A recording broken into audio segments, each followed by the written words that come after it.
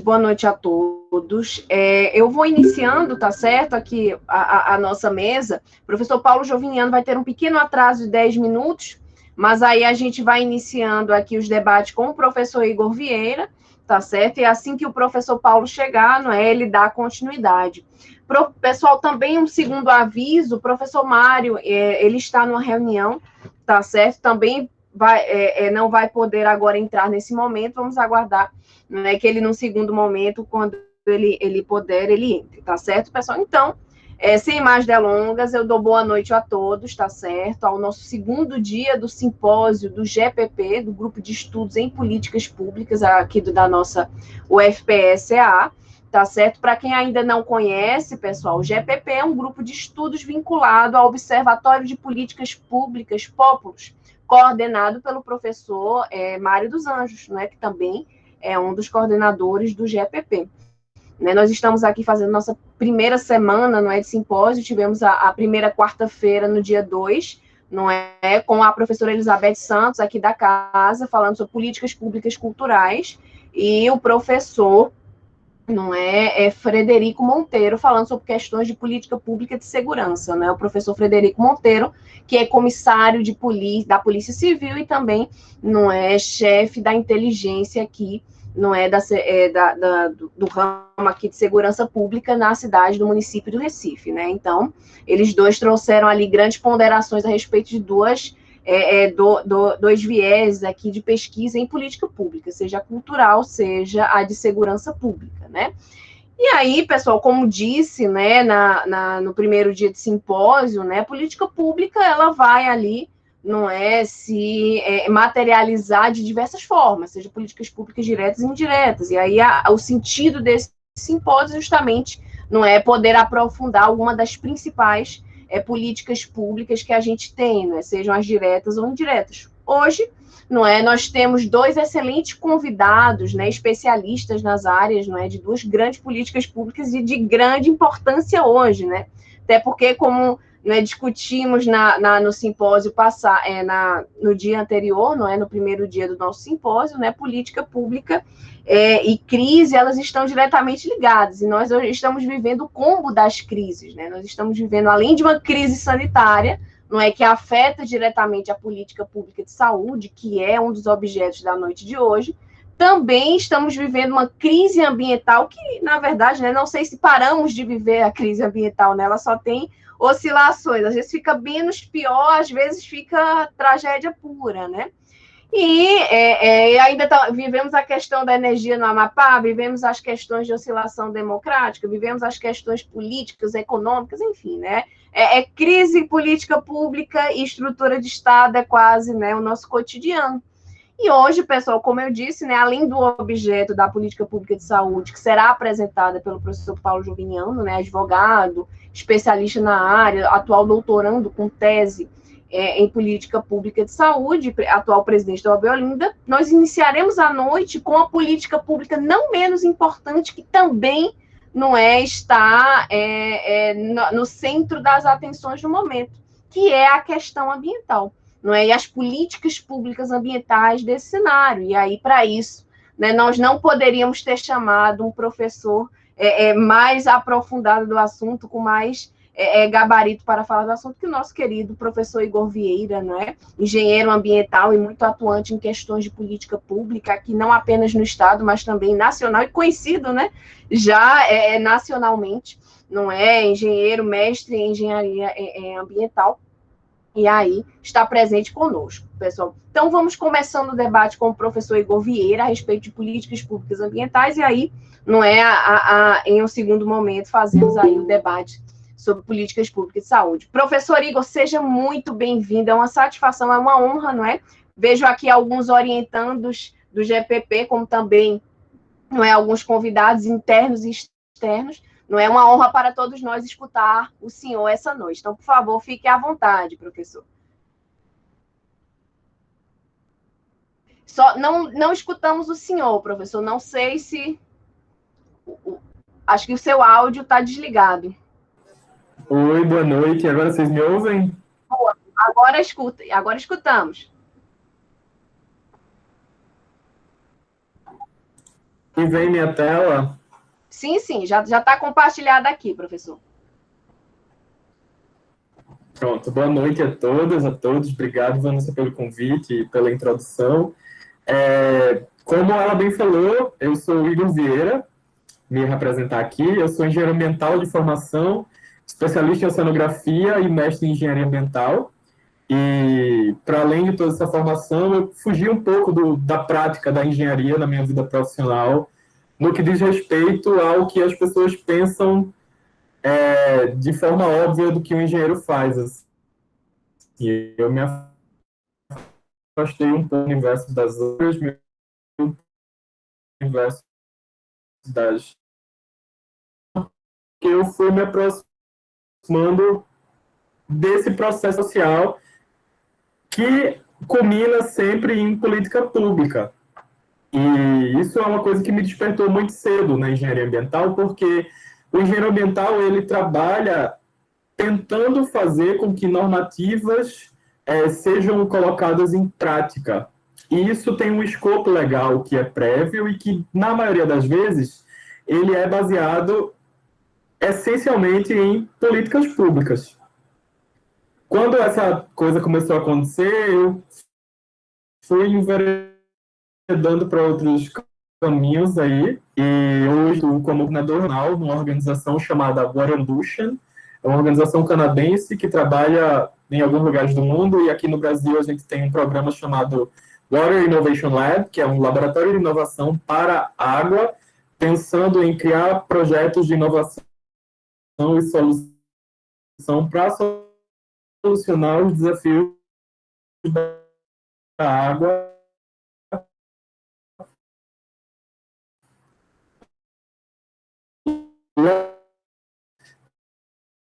no Brasil. Então, a gente desenvolve habilidades, intenção. Para isso, eu também cofundei uma iniciativa chamada Clima de Eleição, que começou esse ano a capacitar a discussão sobre a crise climática dentro das eleições municipais, onde capacitamos candidaturas dos mais diversos partidos, das mais diversas vertentes, dos mais diversos lugares do Brasil sobre a crise climática. Minha atuação sempre foi muito nesse campo, o que fez com que eu representasse o Brasil em algumas conferências internacionais. Então, eu já representei o Brasil no World Water Forum, que é o Fórum Mundial da Água, e a Conferência das Partes da ONU para Clima. Então, lá da crise climática que aconteceu em Salvador ano passado.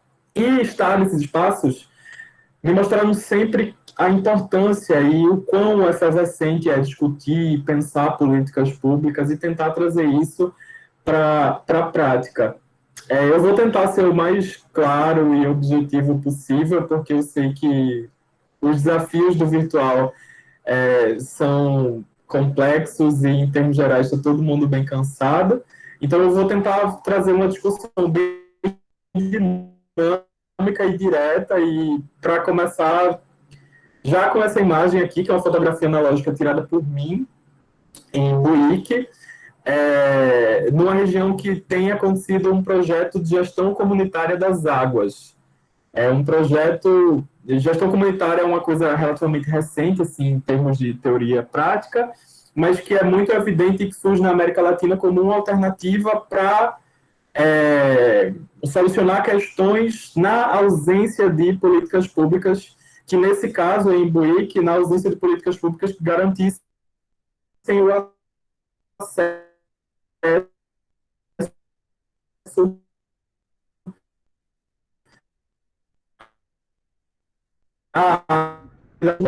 dessa comunidade com Professor, etos e de me financiamento permite? internacional. Oi?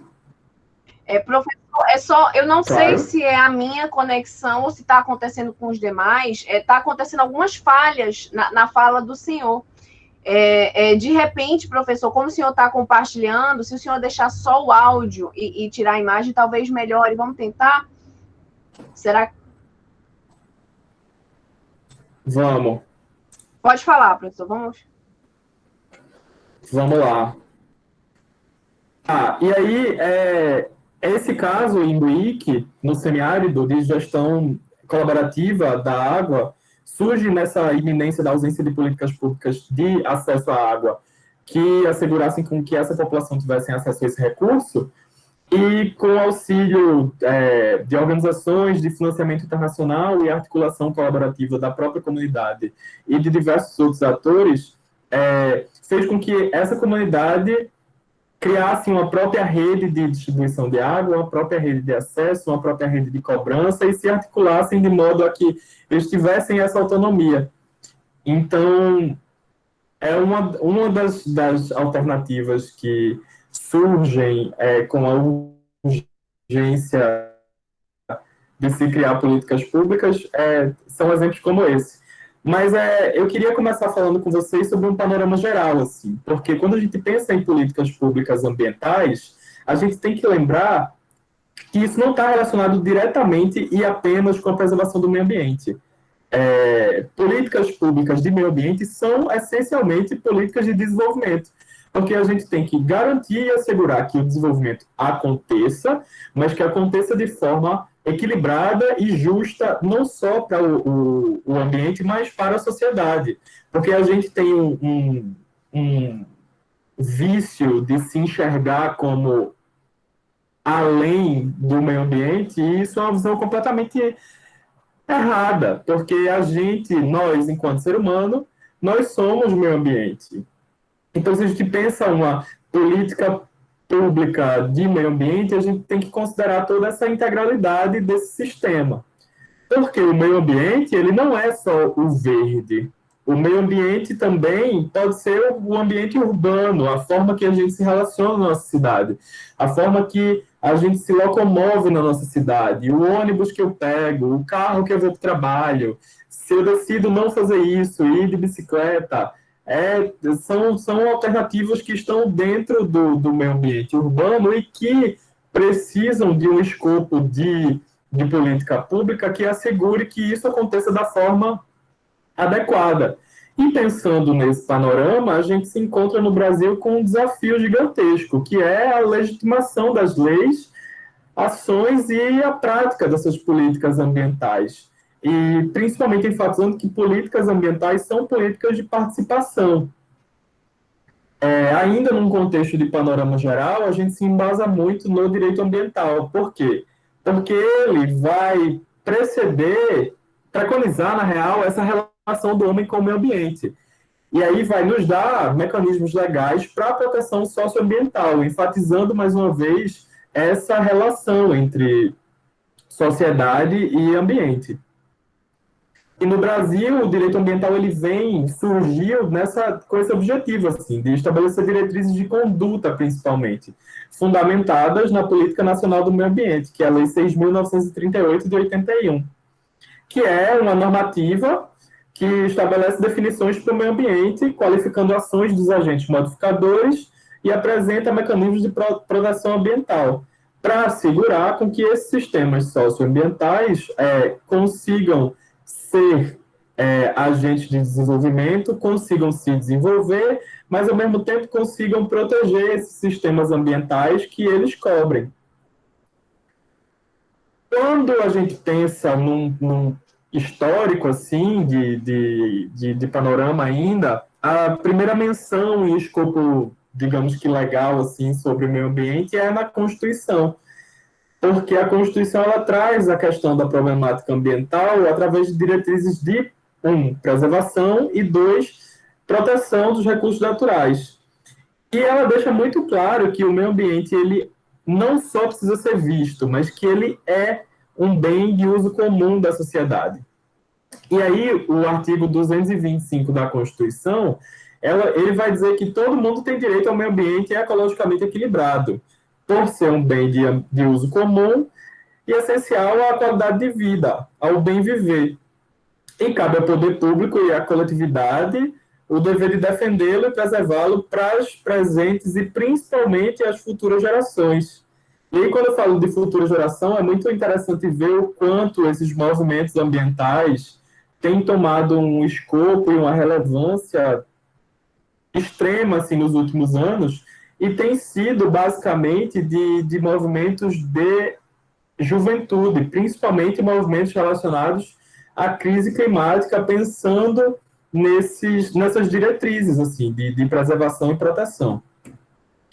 E aí o que são, né? Nesse contexto, as políticas públicas são ações pontuais adotadas pelos governos, seja federal, estadual ou municipal, instituições públicas estatais, com ou sem participação social, que resguardem os direitos sociais e coletivos previstos por lei, por normativas.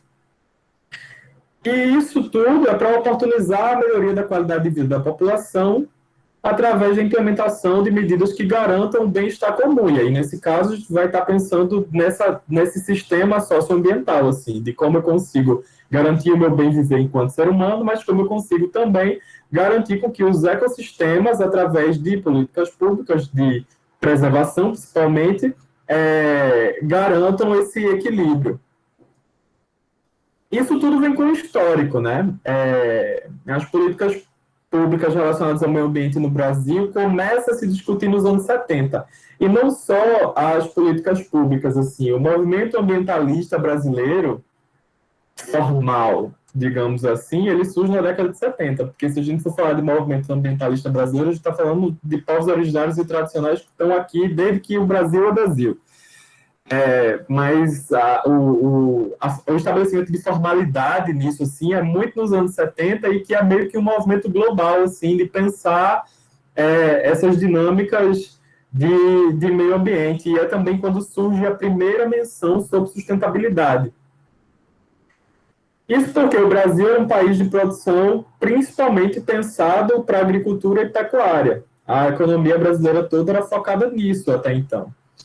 E aí, com os processos de industrialização, quando grandes indústrias multinacionais de base se instalam no país, a gente entrou meio que num conflito que essas indústrias eram completamente poluidoras, porque elas eram basicamente siderúrgicas e metalúrgicas, e essas atividades elas são extremamente exploratórias e, para além de se explorar o recurso natural, são atividades que geram muito resíduos, que precisam ser gerenciados, direcionados, tratados, e que não se tinha política pública para tratar com esse tipo de problema que a gente se encontrava.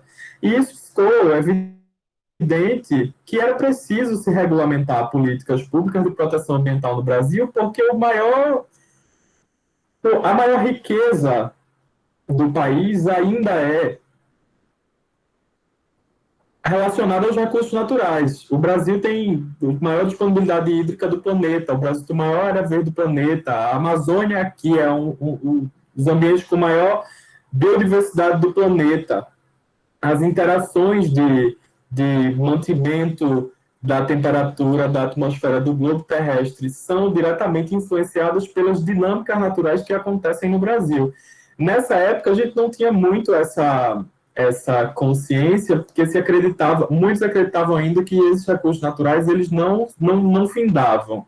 Eles iam ir se renovando o tempo inteiro e que a gente ia conseguir ir explorando para sempre, e a gente descobriu da pior forma que não é bem assim. E quando a gente descobre da pior forma que não é bem assim, fica completamente claro que é preciso regulamentar isso através de políticas públicas. E aí, refletindo sobre isso, a própria Constituição, através do artigo 225, como já falei, é o único que ele fala do meio ambiente como um bem de valor democrático, o que quer dizer que é um bem garantido a todos e a todas. O que faz com que a proteção ambiental também seja função de todos, e não apenas do Estado. E aí o direito ambiental vem com normas que comandem a ação do Estado e a conduta nossa, fazendo com que esse sistema precise ser claro e compreendido com todo mundo, para que a gente garanta o estado de meio ambiente sadio. Por isso, a política pública ambiental ela deve ser conhecida e dinamizada por todos. E as associações relacionadas a essas políticas e ao meio ambiente são instrumentos de democracia direta e fazem parte desse processo de manutenção da democracia. E aí a gente tem aqui, falar um pouco da Política Nacional do Meio Ambiente, a PNMA, que é a Lei 6.938, de 81, que já citei anteriormente, e que ela objetiva preservar, melhorar e recuperar a qualidade ambiental propícia à vida, visando assegurar condições ao desenvolvimento socioeconômico, interesse de segurança nacional e a proteção da dignidade da vida humana. E para fazer isso tudo, precisam ser atendidos alguns princípios, que é, eu destaquei aqui a ação, de fato, que precisa acontecer para que não só políticas públicas ambientais, mas que políticas públicas em termos gerais possam acontecer, porque isso é uma coisa meio que comum de todas, e na maior parte desses casos. Mas os princípios relacionados à política nacional do meio ambiente, eles são, primeiro, pensados para ação governamental para a manutenção do equilíbrio ecológico, porque o meio ambiente é patrimônio público, como já dito na Constituição, fazendo com que seja preciso assegurar e proteger o meio ambiente, tendo em vista o uso coletivo de forma racional. Por isso que o segundo já vem com a racionalização do uso do solo, da água e do ar. Para que a gente consiga planejar e fiscalizar o uso dos recursos naturais, para que a gente saiba como gerenciar resíduos, gerenciar e regulamentar a forma de se explorar recurso natural para proteger os ecossistemas através de preservação de áreas representativas, áreas de proteção, sejam elas área de proteção permanente, área de mata virgem, o que quer que seja. E aí, através desses processos, a gente consegue controlar e zonear atividades de potencial poluidoras. E claro que uma parte muito grande desse processo é incentivar o estudo e a pesquisa, para que a gente consiga, através de novas tecnologias e da inovação, ir em direção ao uso racional e proteção dos recursos naturais, tendo o Estado como um ator de acompanhamento e regulador da qualidade ambiental, pensando também na recuperação de áreas degradadas, uma vez que exploradas, e proteger as áreas de ameaça de degradação. Dentro de todos esses princípios, tem um que engloba todo o resto, que é o de educação ambiental, que é uma coisa que precisa acontecer o tempo inteiro e que é transversal para todas as pautas. Acho muito oportuno que hoje seja um dia que a gente esteja falando não só de políticas públicas de meio ambiente, mas também de políticas públicas de saúde, porque pensar em saúde pública, pensar em saúde coletiva, é pensar em um ambiente, um meio ambiente equilibrado e sadio, porque muitos de vetores de doenças, de viroses, de bactérias e o que quer que seja, de vetores biológicos, eles estão inseridos no meio ambiente. Não à toa está vivendo uma pandemia global agora, porque a gente está chegando no ponto de não retorno da Terra mesmo, assim, de explorar tanto recurso que a gente não tem mais como repor. E vários estudiosos têm falado, sim, por muito, principalmente na última década, que é uma questão de tempo que uma pandemia dessa surja através do Brasil, pelo tanto que a gente tem explorado principalmente a Amazônia. Mas é uma coisa que gosto de falar, sempre que tenho a oportunidade de falar sobre política brasileira, principalmente quando estou em espaços internacionais, é que o Brasil tem proporções continentais. As pessoas gostam de falar disso, mas esquecem de falar das características endêmicas do país. E que a Amazônia não é o único ambiente que tem sofrido muito com desmatamento e com exploração. Acho que não precisa ir para muito longe. A Caatinga, que é um bioma endêmico da nossa região, ela perdeu 40% de sua floresta nos últimos anos. E isso é extremamente preocupante no sentido do desequilíbrio ambiental e de saúde da região. Então, quando a gente pensa em políticas públicas de meio ambiente, a gente tem que pensar uma política pública que haja, que tenha uma ação meio que guarda-chuva, que considere essa pluralidade e essa diversidade para se pensar em uma solução de escopo social mesmo. Porque essas políticas públicas ambientais, elas vão ter um desenvolvimento em 3 esferas, em termos gerais, que é a esfera federal, estadual e municipal. Mas todas elas precisam ter uma ampla participação da sociedade, porque isso faz parte de uma exigência legal, assim, de participação social. E é muito importante que a gente entenda isso e descubra os mecanismos para incidir nesses espaços. E aí, para falar um pouquinho da esfera federal, que é a maior instituição ambiental, é gerenciada pelo MMA, que é o Ministério do Meio Ambiente, que precisa e tem, pelo menos na teoria agora, ações programadas para pensar água, projetos, saneamento, áreas protegidas, biodiversidades, biomas, cidades sustentáveis, e as mais diversas vertentes que configuram o viver social pensando o meio ambiente.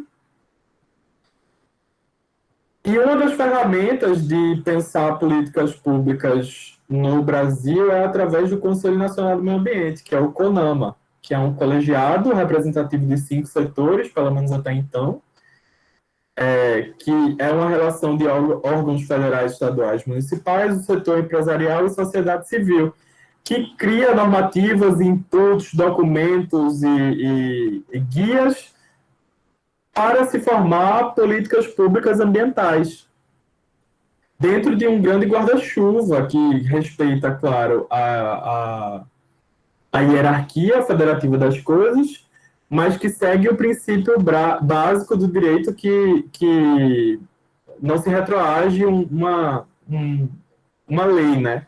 Então, se a gente tem uma lei ou uma normativa federal de meio ambiente que salvaguarda uma área, a gente só pode descer para o estado e para o município coisas que preservem ainda mais essa área e não que afrouxe isso. Então, esses órgãos dentro do CONAMA, enquanto colegiado, com esses órgãos associados, são importantíssimos para criar políticas públicas ambientais, principalmente em escopo local. E aí tem todo um arcabouço de ação, né, que começa pensando da Constituição, como a gente já conversou, mas que vai até para termos mais práticos, assim, pensando em política ambiental, que é também o IBAMA, o Instituto Brasileiro de Meio Ambiente e Recursos Naturais Renováveis, que precisa exercer o poder de polícia ambiental, de regulamentar e de acompanhar e de fiscalizar, sobretudo, essas interações com o meio ambiente, executando as políticas nacionais de meio ambiente através de suas atribuições federais, pensando em licenciamento ambiental, controle de qualidade, autorização de uso de recursos naturais e fiscalização, e, mais uma vez, enfatizando o monitoramento e controle ambiental. E numa outra grande atribuição de executar ações de competência da União conforme com a legislação ambiental vigente, que vai variar nos estados, que em alguns municípios variam, mas que está tudo organizado aí na Lei 11.516 de 2007. Que é o momento que começa a se pensar mais efetivamente em sustentabilidade, que, como já falei, é um termo que surge lá pela década de 70, mas que está disposto na Política Nacional de Meio Ambiente também, através do seu artigo 4, que fala que a Política Nacional do Meio Ambiente precisa visar a compatibilização do desenvolvimento econômico e social com a preservação da qualidade do meio ambiente e do equilíbrio ecológico. Isso nada mais é do que uma das grandes definições de sustentabilidade. E pensando nisso, O mundo inteiro tem falado sobre o que é ser sustentável, sobre como fazer sustentabilidade, e a maior ferramenta para se praticar a sustentabilidade em termos gerais e principalmente em termos locais é através das políticas públicas. E aí, pensando nisso, eu trouxe para vocês essa imagem aqui, que é dos Objetivos de Desenvolvimento Sustentável da ONU.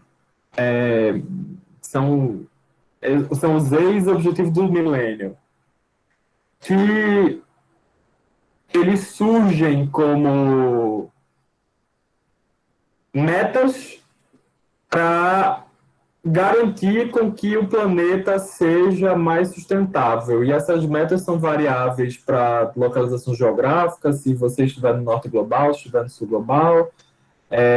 Cada uma dessas metas, ela tem metas específicas, então tem essas 17, mas cada uma delas enraiza várias outras. Eu, pessoalmente, tenho algumas críticas aos ODS, mas acho que são boas ilustrações para pensar que o escopo de política pública de meio ambiente, ele está diretamente ou muitas vezes indiretamente relacionado a tudo isso que a gente vê nesses 17 ODS.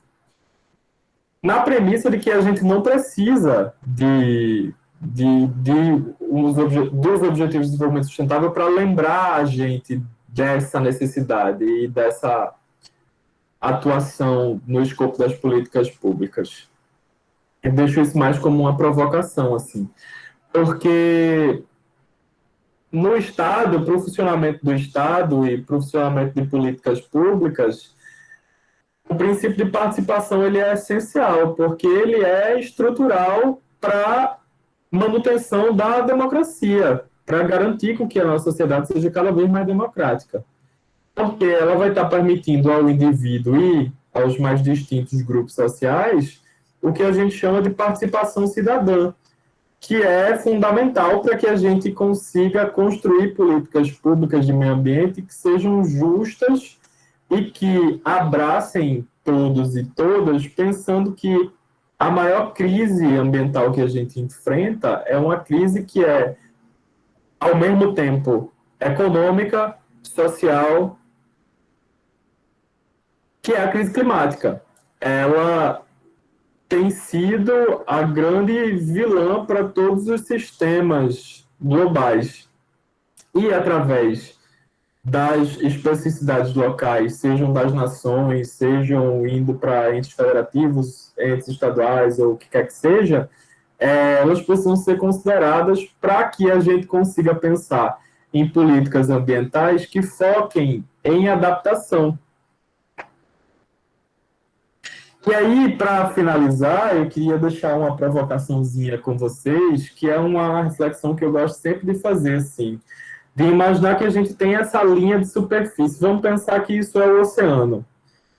E a gente tem a superfície da água. E aí acontece alguma coisa acima da superfície. E a gente sempre se pergunta, o que aconteceu? E geralmente quando a gente pensa no problema, a primeira coisa que a gente pergunta, putz, mas o que aconteceu para isso, para gerar isso? E quando a gente pensa nesse escopo de políticas públicas, existem muitas coisas que precisam ser perguntadas antes, assim. E aí a gente precisa questionar padrões, o que tem acontecido, que são os padrões de como a gente mantém os sistemas e as engrenagens, perguntar e se questionar também sobre as estruturas, o que pode estar explicando os padrões e os eventos, e lembrar que tudo isso vai estar atrelado de uma ferramenta de governança. Então, esse é um sistema que vai sempre estar associado, porque eu gosto muito de me questionar se, quando a gente pensa em políticas públicas de meio ambiente, quando a gente pensa em políticas públicas de água,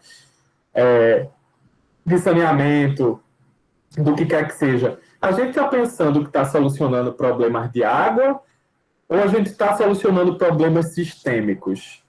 E isso é uma coisa que a gente vai entendendo com a compreensão da governança das coisas e das situações E as políticas públicas de meio ambiente são ferramentas extraordinárias para que a gente consiga esclarecer tudo isso.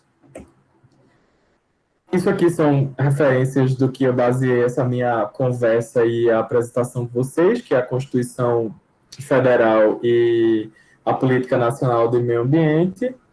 E aí embaixo estão os meus contatos, o meu e-mail e o meu Instagram, que o Instagram, por mais que seja uma ferramenta pessoal, sempre que estou em conferências internacionais ou fazendo algum trabalho mais explícito, assim, eu estou informando o que acontece por lá.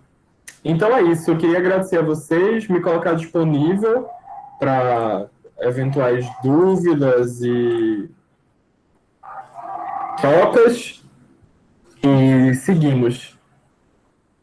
Professor, muito obrigada mesmo, né? Como sempre, o senhor, em palavras ali bastante sutis, destacou aqui grandes provocações à cabeça da gente aqui, já dando voltas, né? Principalmente no que diz respeito à questão ambiental, não é? Tanto aqui no grupo, no GPP, como não é, com alguns orientandos em outros espaços, nós já discutimos muito a questão da política pública ambiental, né? Até aqui tem a Thaís, tem o Tiago, tem aqui alguns que já pesquisaram a respeito disso, né? Que já discutimos a respeito disso, não é? E é algo que a gente sempre toca, né? É um dos grandes problemas de pensar a crise ambiental, o problema ambiental e até a aplicação da política pública ambiental é que a gente olha só para uma coisa, né? Como você bem colocou, é um problema sistêmico, é uma questão sistêmica, né? É um poder-dever ali, como você destaca o artigo 225 da Constituição, do povo e do governo, né? Então, é algo que precisa ser pensado de uma maneira quase holística, né? Por todos os vieses, por todos os lados, né? Seja a questão educacional, cultural aqui no Brasil, seja por parte da ação do Estado ou omissão, não é, como a gente tem visto, principalmente, não é, nesses últimos escândalos a respeito, não é, 2 dos 3 principais biomas brasileiros, né? O senhor com certeza acompanhou ali com tanto pesar quanto todos nós, né? O que aconteceu com o Pantanal e o que vem acontecendo com todos, né? Mas em destaque não é o Pantanal e a Amazônia, né? Que a gente não sabe até que ponto aquilo realmente é um acidente, aquilo foi, não é de alguma forma, não é provocado ou deixado ser provocado, né? Então há muitas questões ali que são levantadas, e aí não é só esperar de cima para baixo que alguém haja, né? Também é importante, não é essa parte que o senhor coloca, né, da política pública educacional ambiental, que todo mundo de berço comece a entender, né? Eu sempre falo para os meus alunos, né, quando em algum momento a gente está discutindo a questão ambiental, tem gente que parece que nasceu na estratosfera, não é? Quando vai falar do meio ambiente, ele se desliga, não é como se ele não fizesse parte de nenhum meio, não é? Ele está flutuando em alguma outra região que não seja a atmosfera para baixo, é de lá para cima, né? Está no espaço, está em Marte, porque as pessoas falam do meio ambiente como se fosse uma questão da Amazônia, aquela questão de um bioma lá, quando na verdade tudo está integrado, né? Quando na verdade nós fazemos parte do meio. Como o senhor bem colocou, não é? Não poderia ter, não é, uma outra política pública para a gente debater hoje à noite que não fosse ambiental. Desculpe, não fosse ambiental junto com a de saúde. Não é porque o meio ambiente faz parte da nossa sobrevivência. Então, logicamente, não indiretamente, mas diretamente está ligada à política pública de saúde. Não é como é que a gente vai sobreviver sem ar, não é sem alimentos, sem qualidade, não é de vida, sem qualidade, não é até da superfície onde habitamos, né? Então, falar de meio ambiente é falar de subsistência, de sobrevivência da própria raça humana, né? Eu me lembro que teve uma vez que teve, eu acho que uma propaganda dessas de conscientização, acho que de alguma dessas ONGs, não lembro se foi Greenpeace, alguma coisa dessas, né? Que era como se fosse a floresta conversando com a humanidade. Ela dizia assim: eu vou ficar, minha gente, eu vou continuar aqui. Quem vai ser extinto são vocês. Porque aí vocês vão ser extintos, a gente vai passar alguns milhões de anos aqui, depois a gente vai se recuperar, vai estar até melhor do que estava antes. Quem não vai estar mais aqui são vocês.